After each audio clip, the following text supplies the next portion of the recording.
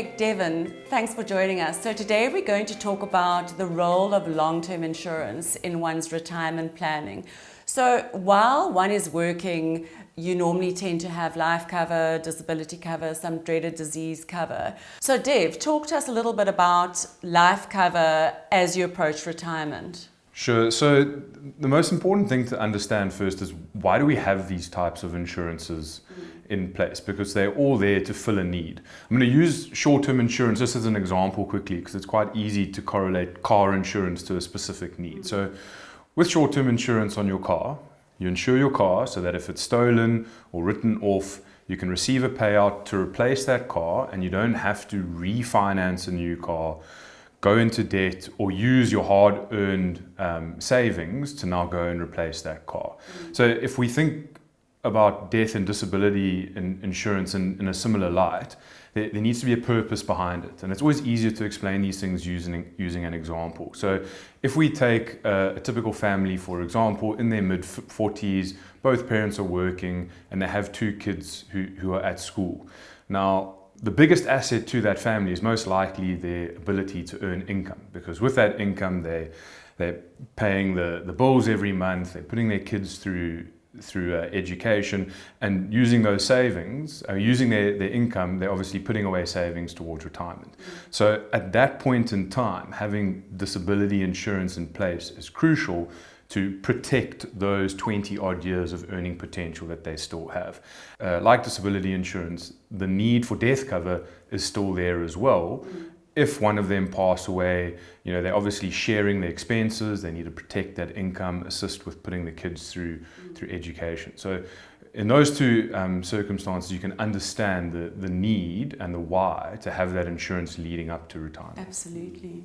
Yeah, and I think the problem comes in when people don't review their cover, and now we're 20 years down the line and they still have the same amount of cover, or it's even kept pace with inflation, and it's now costing a hell of a lot more money than it did originally, and there's not really a need for that cover any longer. So that's where the typical reviews come in to ensure that you're not wasting money on cover that you don't need. So it's not to say that one doesn't have a need for life cover in retirement. In fact, there might be a place for life cover in one's portfolio into retirement. Maybe you can talk to us a little bit about that. So sometimes estates are not that liquid. If you're sitting with most of your assets in fixed property and you're living off of the rental income, for example, there could be a need in the event of death, which would trigger an estate duty implication, and that would force the heirs to sell at what might not be the most opportune moment. So life insurance can play an important role in that, in a situation like that. But again, it's depending on the planning. You don't really want to be, as a retiree, in a position where you don't have access to liquidity. So it may make sense to free up at least one of those many assets that you would inevitably have.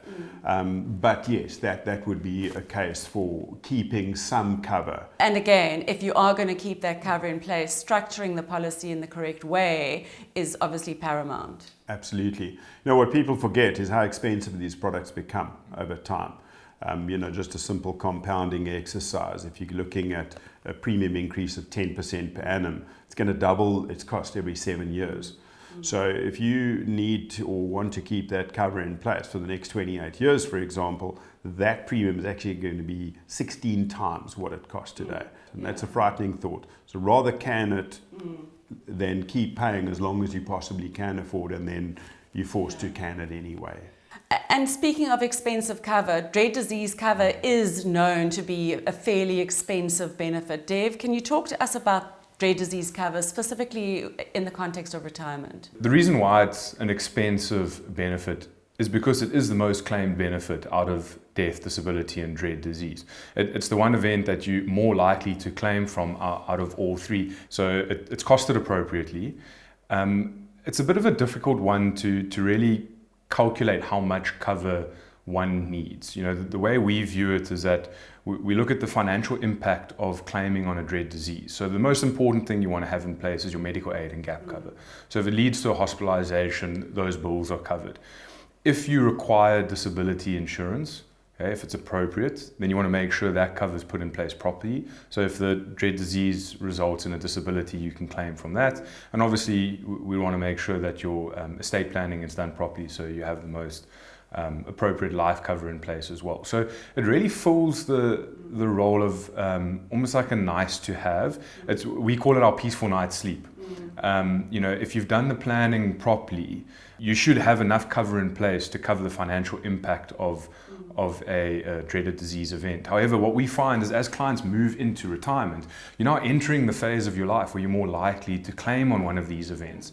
Again, it's about doing that review and understanding the trade-off between paying for a little bit of peace, knowing that if something happens, there's going to be a payout, where it's either a case of trying a treatment that isn't covered, doing one of those bucket list items, if unfortunately the prognosis isn't good. But it's really just about understanding the opportunity cost between paying for that benefit and obviously what is that's going to do to your monthly budget. So there's a lot to consider when actually putting your life insurance, your disability cover, your dread disease cover in place, moving towards retirement, what to keep, what to leave out, what to cancel.